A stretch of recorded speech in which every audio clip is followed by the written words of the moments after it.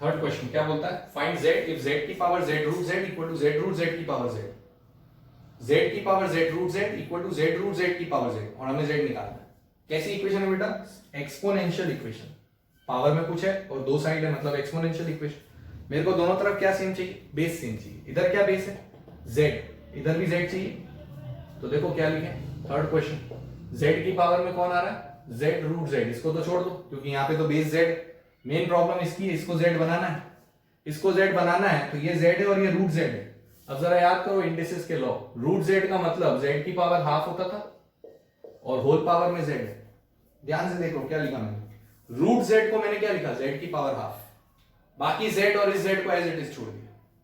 क्यों लिखा, क्योंकि मेरे को यहाँ z ना, तो आ गया z। अब मैं इसको लिख लूंगा z की पावर z रूट z बराबर, नाउ सी बेस सेम है, बेस सेम है तो पावर ऐड हो जाएगी। यहां पावर कितनी बेटा, 1 प्लस हाफ 3/2, 1 प्लस हाफ 3/2, और होल पावर में क्या है, z है। अब मैं क्या लिख लूं इसको, z की पावर z रूट z बराबर z की पावर 3/2z, ये लिख लूं, पावर पावर मल्टीप्लाई। अब जरा देखो दोनों तरफ बेस सेम है तो पावर भी सेम होनी चाहिए, पावर सेम होनी चाहिए, मतलब z root z should be equal to 3/2z, ये z रूट z बराबर 3/2z आ गया यहां तक।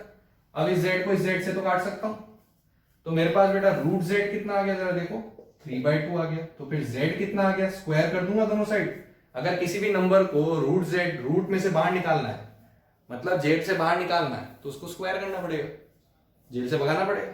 जेल से भगाना मतलब स्क्वायर करना, जेल में डालना मतलब स्क्वायर रूट। तो यहाँ ऑलरेडी स्क्वायर रूट है, जेल से भगाना है तो स्क्वायर कर दो, स्क्वायर करोगे इधर तो उधर भी स्क्वायर करना पड़ेगा, ठीक है। तो z तो आ गया इधर और उधर कितना आ गया, 9/4, क्या आ गया 9/4। कौन सा आंसर लगाएंगे, लास्ट ऑप्शन 9/4, ठीक है। समझ आ गई बात, राइट, ओके। अब वैसे भी अगर इन ऑप्शंस में देखें ना, हम ऑप्शंस भी रख के देख सकते हैं, जैसे हम एक एक ऑप्शन यहाँ पे रख के देख लें, z की वैल्यू क्या रख दें, z ही तो निकालना है और z ऑप्शन में दे रखा है, तो हर एक ऑप्शन को ट्राई करके देख लें कौन सा ऑप्शन दोनों साइड को सेम बना देता है।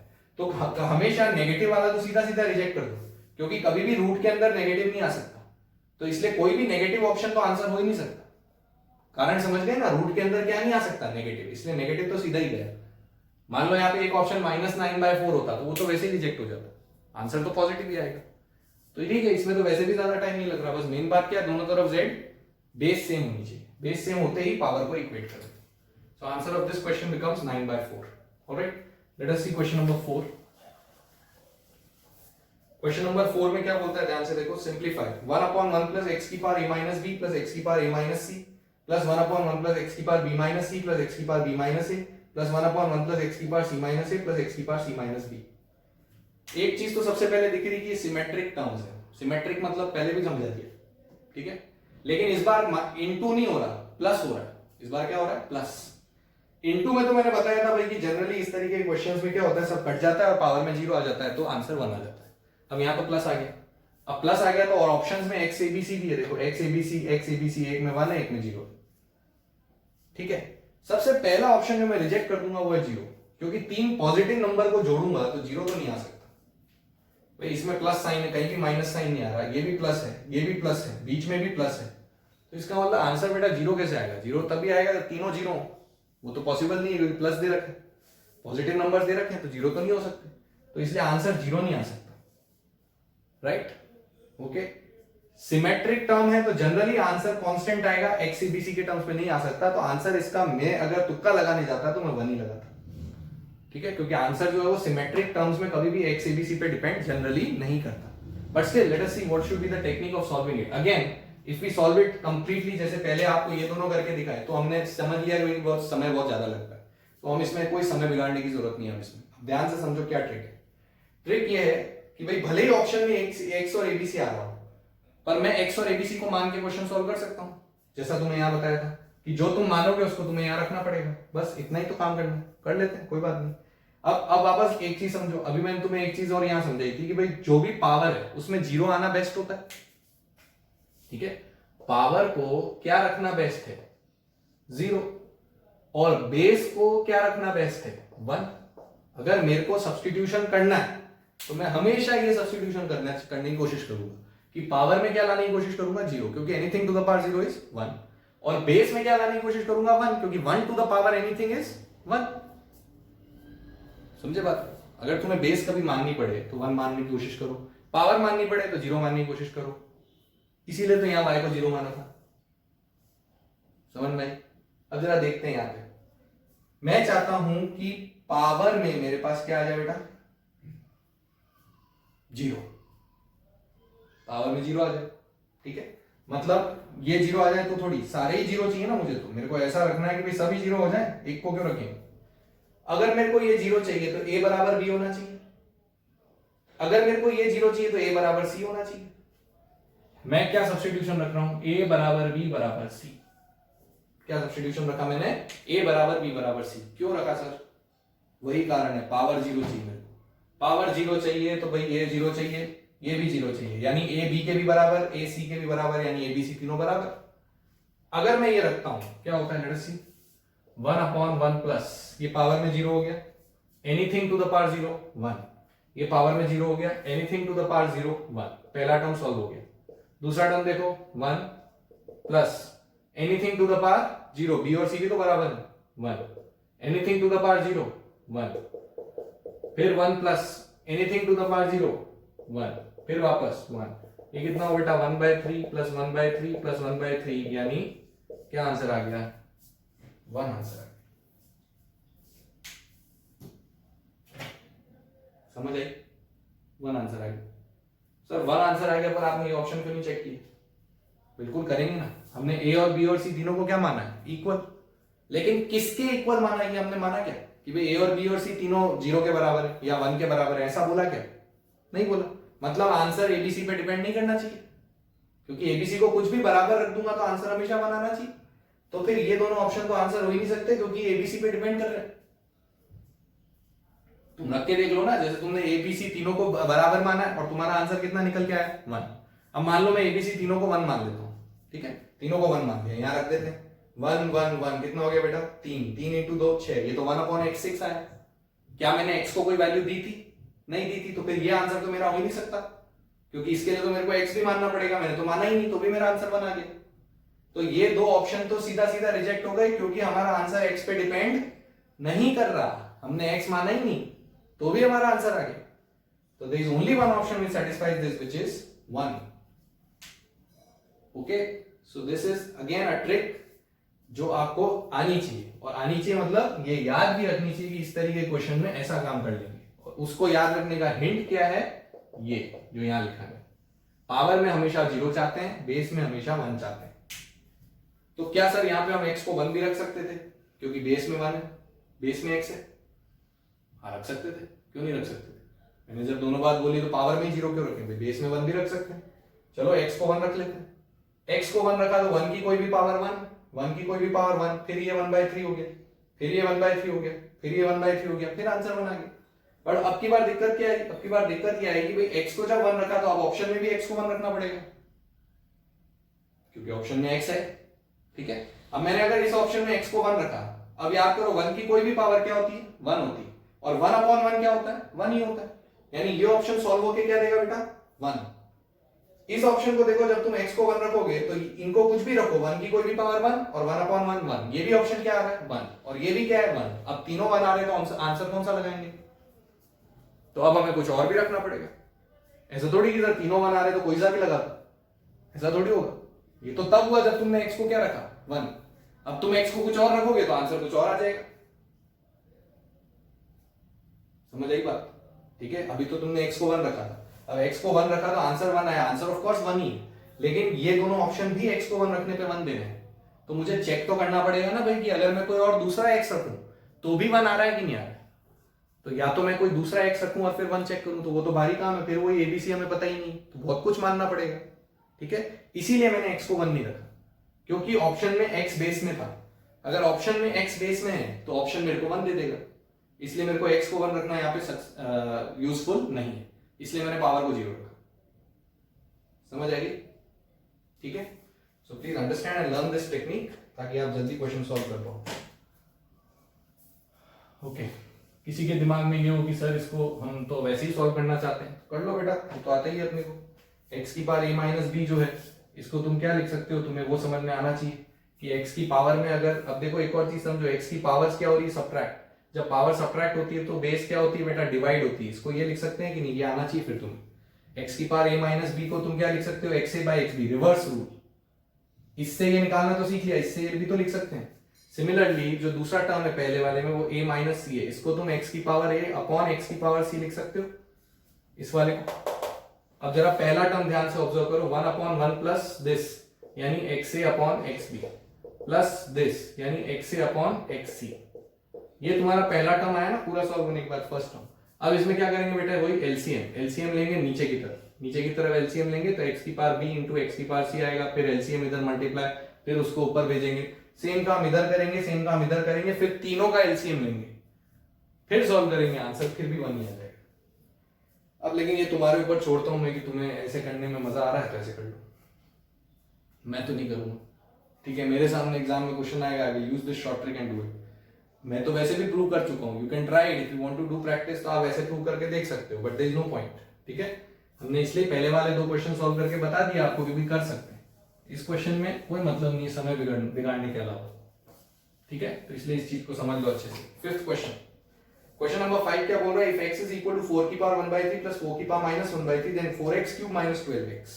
ये निकालना है। Again very important question, exam में आया भी हुआ है, 2-3 बार आया हुआ है, तो समझते हैं इसको भी क्या करना है। अच्छा 1/3 का मतलब क्लियर हो गया होगा अब तक, तो क्यूब रूट, और यहाँ पे माइनस 1/3 का मतलब रेसिप्रोकल क्यूब रूट। माइनस का मतलब रेसिप्रोकल, 1/3 का मतलब क्यूब रूट, यानी ये है तो दोनों क्यूब रूट्स, और ये दोनों नंबर एक दूसरे के क्या है, रेसिप्रोकल, ठीक है। चाहिए क्या भाई, ध्यान से देखो, 4x क्यूब माइनस 12x। अब बहुत से बच्चे क्या करते हैं भाई, x पता है सर, ये तो आसान क्वेश्चन है, x पता है, 4x क्यूब माइनस 12x पूछा है, x की वैल्यू डाल देते हैं। बिल्कुल डाल सकते हैं, कहां दिक्कत है भाई, x पता है और 4x क्यूब और 12x ही तो पूछा है, x की वैल्यू उठा के यहां भी डाल दो, x की वैल्यू उठा के यहां भी डाल दो, सॉल्व कर लो, ठीक है। या कुछ लोगों को जैसे क्यूब रूट निकालने की ट्रिक आती है कैलकुलेटर पे, तो उनके लिए तो फिर कुछ दिक्कत ही नहीं है भाई। अगर क्यूब रूट निकालने की ट्रिक आती है कैलकुलेटर पे तो फिर तो कुछ बचा ही नहीं क्वेश्चन, ये भी सॉल्व कर लो, ये भी सॉल्व कर लो, x की वैल्यू आ गई, इसको उठा के डाल दिया, आंसर निकाल लिया। But it all now depends on how much time you take. आपको ट्रिक अगर आती भी है तो आप उसमें कितना समय लगाते हो, ये सब इंपॉर्टेंट बात है। तो उन सब बातों को साइड में रखते हुए मैं तुम्हें बताता हूं कि किस तरीके से इसको अप्रोच करना है। तुम्हें सबसे पहला हिंट क्वेश्चन में से क्या उठाना है कि तुम्हें x क्यूब लाना है, और तुम्हारे पास क्या है, x। इसको भूल जाओ एक बार के लिए, x क्यूब लाना है और तुम्हारे पास x है। तो मैं कैसे करूंगा, देखो मेरे को x कितना दिया, 4 की पावर 1/3 प्लस 4 की पावर माइनस 1/3, ये दिया ना बेटा, ठीक है। मैंने मान लिया भाई ये नंबर मेरे लिए क्या है, p है, और ये नंबर मेरे लिए क्या है, q है, मतलब x बराबर p प्लस q हो गया, ठीक है। उसको p मान लिया, इसको q मान लिया, x बराबर p प्लस q हो गया कि नहीं हो गया। मेरे को क्या चाहिए, x क्यूब चाहिए। x क्यूब चाहिए तो मेरे को दोनों साइड क्या करना पड़ेगा, क्यूब करना पड़ेगा। जैसे स्क्वायर चाहिए होता है, दोनों साइड स्क्वायर करते हैं, क्यूब चाहिए दोनों तरफ क्यूब कर देंगे, क्यूब कर दिया दोनों तरफ, तो x का क्यूब तो क्या हो गया, x क्यूब। अच्छा इधर क्या हो जाएगा बेटा, p प्लस क्यू का होल क्यूब होगा, p cube plus q cube नहीं होगा, दिस इज रॉन्ग।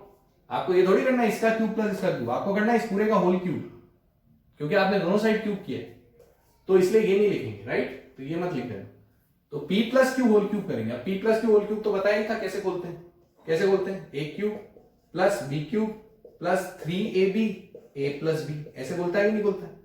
अगर तुम्हें a plus b whole cube की आइडेंटिटी याद है तो ये फटाफट खोल लोगे, a cube plus b cube plus 3ab a plus b, ये खोल दिया, ठीक है। अब जरा देखो वैल्यूज पुट करनी चालू करते हैं। ये x क्यूब हो गया, p क्यूब, p किसको माना था, ध्यान से देखो, p किसको माना था, 4 की पावर 1/3 को मैंने p माना था कि नहीं। मेरे को चाहिए p का क्यूब, मतलब इसको क्यूब करना है। इसको जब मैं क्यूब करूंगा तो ध्यान से देखो बेटा, ये क्यूब रूट है, यानी ये जेल में, इसका क्यूब कर रहा हूं तो इसको बाहर निकाल रहा हूं, ठीक है। तो 4 आएगा कि नहीं आएगा, राइट। इसका मतलब p क्यूब की वैल्यू कितनी है, 4। सेम लॉजिक से q कितना माना है मैंने, 4 की पावर माइनस 1/3। फिर जब मैं इसका क्यूब करूंगा तो फिर इसको जेल से निकाल रहा हूं, तो 4 की पावर माइनस 1 आएगा कि नहीं आएगा, 4 की पावर माइनस 1 आएगा कि माइनस 4 आएगा, माइनस 4 आएगा, 4 की पावर माइनस 1 आएगा, ऑफ कोर्स, ठीक है। क्योंकि पावर को तो हम ऐसे थोड़ी बाहर लगा देंगे, जैसे कोई तुमसे बोले 2 की पावर माइनस 1 तो माइनस 2 थोड़ी होता है, हाफ होता है, ठीक है। तो इसलिए पावर माइनस 1 का मतलब रेसिप्रोकल होता है। तो हम अभी तो 4 की पावर माइनस 1 लिख लेते हैं, 3 कट गया, 3 कट गया, क्योंकि 3 मतलब क्या था, क्यूब रूट, क्यूब रूट को क्यूब करेंगे तो 3 हट गया। क्या आया बेटा, क्यूब क्यूब का मतलब 4 की पावर माइनस 1, ठीक है, प्लस 3p, p की वैल्यू डालो, p की वैल्यू कितनी है 4 की पावर 1/3, q की वैल्यू डालो, q की वैल्यू कितनी है 4 की पावर -1/3, ये दोनों वैल्यू डाल दी। अब इस टर्म को ध्यान से देखो बेटा, p प्लस q, अब यहां पे p और q की वैल्यू नहीं डालनी है। क्यों नहीं डालनी है? क्योंकि यहाँ पे एक और टर्म आ रहा है, ध्यान से देखो 12x, हमने इसका तो ध्यान दे दिया, इसका थोड़ी ध्यान दिया था, यानी हमें वापस x लाना है कि नहीं लाना। अब जरा ध्यान से देखो, what is the value of p plus q, it is x, ये वैल्यू यहां रखूंगा, p प्लस q की वैल्यू x रखूंगा, p और q की वैल्यू वहां पे नहीं डालूंगा वापस, यहां पे तो डाल दी क्योंकि प्रोडक्ट लेना था, यहां नहीं डालूंगा क्योंकि मेरे को x लाना है क्वेश्चन में, और p प्लस q की वैल्यू मेरे को x पता है, तो बस सीधी सी बात है, इसको x लिख लेंगे। अगली बात समझ में, बस सॉल्व कर लो, ये आ गया तुम्हारा x क्यूब, ये 4, नाउ व्हाट इज 4 का पावर -1, इट इज 1/4, रेसिप्रोकल। फिर इधर देखें 3 इंटू, अच्छा 3 इंटू एक्स, 3x तो अलग लिख लूं, इंटू 4 की पावर, जरा ध्यान से देखो बेस सेम है तो पावर ऐड हो जाएगी, पावर ऐड होगी तो 1/3 माइनस 1/3 कैंसिल हो गया, और कोई भी नंबर कैंसिल हो गया तो पावर इज 0, पावर 0 मतलब 1, तो 4 प्लस 1/4 प्लस कितना है बेटा 3x आया कि नहीं आया, 3x इंटू 1 3x, ठीक है। इस 3x को तो भेज देते हैं इधर, क्यों भेज देते हैं, क्योंकि x क्यूब के साथ x चाहिए हमें, तो इसको तो इधर भेज देते हैं, इधर भेज देते हैं, तो x क्यूब माइनस 3x बराबर कितना हो गया, इधर एलसीएम ले लूं, कितना हुआ एलसीएम 4, 4 इंटू 4 16, 16 प्लस 1 17, ये 17/4 आया कि नहीं आया, ठीक है। अब फाइनली ये 4 इधर क्रॉस मल्टीप्लाई करो, जब ये 4 को इधर क्रॉस मल्टीप्लाई करोगे तो बेटा क्या आएगा, देखो 4x क्यूब माइनस 4 इंटू 3 12 बराबर उधर कितना बचा 17, यही पूछा है कि नहीं, ध्यान से देखो 4x क्यूब माइनस 12x पूछा है, आंसर क्या लिखेंगे 17। So the answer of the last question is 17, ठीक है। और हमेशा ऐसे ही करना है, बिल्कुल, अगर ये टेक्निक समझ ली है तो कभी भी ऐसा क्वेश्चन दिया, इस क्वेश्चन में तो मैं कितने क्वेश्चन बना सकता हूं, कोई ट्रिक की जरूरत नहीं, कैलकुलेटर की क्यूब रूट वगैरह कुछ नहीं करने की जरूरत नहीं, खाली ये चीज समझो बस, इंपॉर्टेंट ट्रिक क्या है कि भाई जब क्यूब कर रहे हैं दोनों साइड तो ये फॉर्मूला लगाएंगे, ये फॉर्मूला लगाने में इसकी वैल्यू डाल देंगे, इसकी डाल देंगे, इसकी डाल देंगे, लेकिन इसकी वैल्यू क्या डालेंगे x, बस वहां पे ट्रिक ध्यान रखनी, जैसे ही वो कर लिया उसके बाद सॉल्व हो गया, दैट इज इट, ठीक। अब यहाँ पे कुछ भी दे सकता है ना, अगर मान लो यहाँ माइनस दे देता तो अभी जो तुमने p plus q whole cube लगाया था वो p minus q whole cube लग जाता, तो उसकी भी तो आइडेंटिटी आती है हमें, p cube minus Q cube minus 3p cube p minus Q, आगे की गणित तो वैसे ही चलती ना, बस माइनस आ जाता। फिर यहाँ 4 की जगह 5 दे देता तो कोई बात नहीं, 4 की जगह 5 लेके सॉल्व कर लेंगे, 2 दे देगा तो 2 लेके सॉल्व कर लेंगे, करना तो यही काम है ना, ठीक है। तो इसलिए you must understand the method जो मैंने अभी डिस्कस किया, this should be done by this method, इतना डिफिकल्ट नहीं है, आराम से 1 मिनट में क्वेश्चन सॉल्व कर सकते हो अगर आपको आइडेंटिटी लगानी आती। हमेशा इस पहले वाले को p मान लिया, दूसरे को q मान लिया, p plus q whole cube लगा के खोल दिया, अगर प्लस है तो माइनस है तो p minus q whole cube लगा के खोल दिया, ठीक है। सो वेरी इंपॉर्टेंट 5 क्वेश्चंस, ध्यान से समझना है, हो सकता है तुम्हें थोड़े टफ लग रहे हो फर्स्ट बार में, लेकिन ऐसे क्वेश्चन एग्जाम में आते हैं, तो ऐसा नहीं कि मैं कोई बहुत टफ कर रहा हूं, ये सब आते हैं, आए हुए हैं, लेकिन मैंने आपको हर क्वेश्चन को करने की ऑल्टरनेटिव अप्रोच बताई, उसको ढंग से समझोगे फटाफट हो जाएंगे सारे क्वेश्चन, ठीक है।